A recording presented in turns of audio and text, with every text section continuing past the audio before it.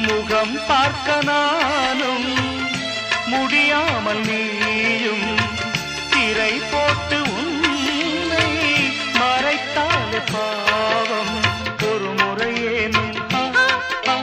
திருமுகம் காண